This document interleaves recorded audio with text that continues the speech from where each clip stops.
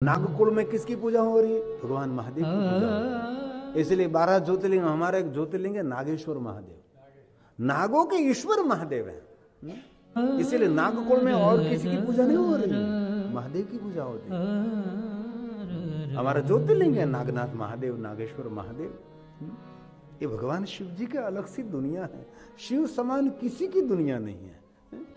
इसलिए भगवान विष्णु जी ने नारद जी को कहा कि नारद, पहली बात बाल में भस्म का त्रिपुंड करिए, और दूसरी बात सर्वश्रुति श्रुतम, जिन मंत्र की महिमा देव वेद पुराण ऋषि मुनि निरंतर गा रहे हैं, इस मंत्र का आश्रय करें।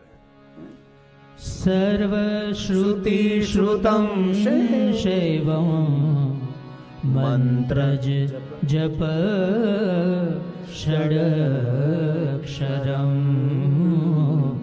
मंत्रज जप षडक्षरम। विष्णु भगवान ने नारद जी को ऐसा क्यों नहीं कहा अन्य कोई मंत्रों का जाप करें? भगवान श्री हरि ने नारद जी को पंचाक्षर मंत्र दिया है। नमः शिवाय को हम पंचाक्षर मंत्र कहते हैं, ओम नमः शिवाय को हम षडक्षर मंत्र कहते हैं, जिन मंत्र के 6 अक्षर हैं। सर्वश्रुति श्रुतम मंत्र जपक षडक्षरम। शिव महापुराण ग्रंथ में बड़े बड़े सुंदर सुंदर श्लोक हैं। इसमें कहा है, बड़े से बड़े पाप करने भी पापी पुरुष यदि भक्ति पूर्वक पंचाक्षर मंत्र से शिव जी का पूजन करते हैं तो उन सभी पापों में से मुक्त हो जाता है। भगवान महादेव की पूजा करने के लिए अलग अलग सभी मंत्र स्तोत्र रहते हैं, लेकिन शिव महापुराण ग्रंथ में उपमन्यु ने भगवान कृष्ण जी को कहा, हे द्वारकाधीश कृष्ण जी, भगवान शिव के लिए अलग अलग मंत्र आपको कंठस्थ नहीं है, आप नहीं बोल सकते हैं, तो बड़े से बड़े पापों का निवारण करना है तो पंचाक्षर मंत्र बोलकर भगवान शिव का पूजन करें। नमः शिवाय, नमः शिवाय, और साथ में ओम जोड़कर ओम नमः शिवाय। ये उपमन्यु का वचन है। और कहा, सुनिए जरा, जलभक्षी, वायुभक्षी अथवा अन्य व्रत करने वाले, अपने शरीर को कुश करने वाले, तपस्या करके करके साधना करते करते अपने शरीर को कुश कर देते हैं, उन लोगों के लिए भी शिव की प्राप्ति असंभव है। उनके लिए भी भगवान शिव जी मिलना असंभव है, शिवलोक की प्राप्ति असंभव है। इतना बड़ा कठिन तप, वायु भक्षी, जल भक्षी और कठिन कठिन तपस्या करके अपने शरीर को कुश बना देते, उनके लिए भी शिवलोक अप्राप्य हो सकता है।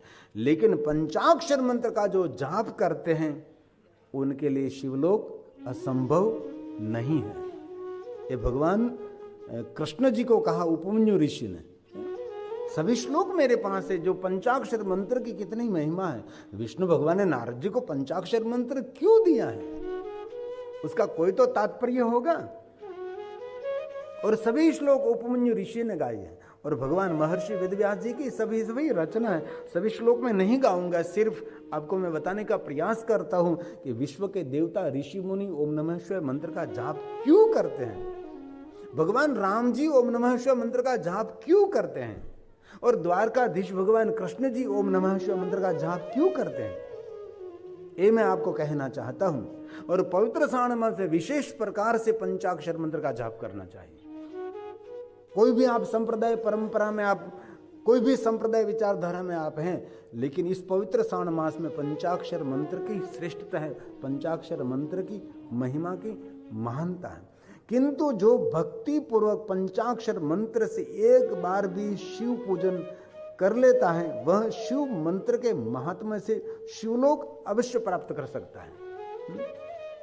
जो पंचाक्षर मंत्र से महादेव का पूजन करते हैं उनके लिए शिवलोक असंभव नहीं है।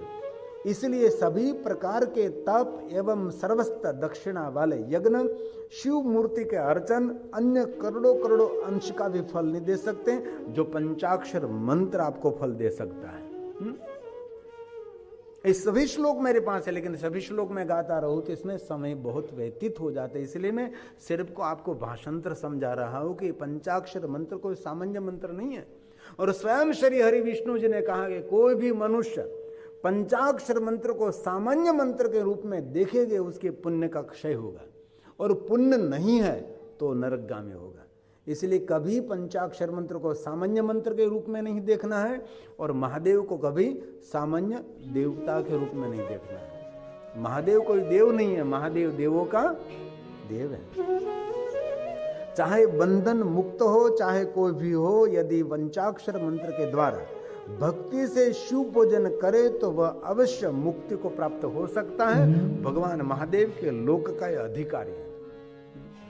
इस स्वयं शिव महापड़ ग्रंथ में भगवान वेदव्यास जी ने गाया है, और ये सभी श्लोक भगवान स्वयं उपमन्यु जी कृष्ण को समझा रहे हैं।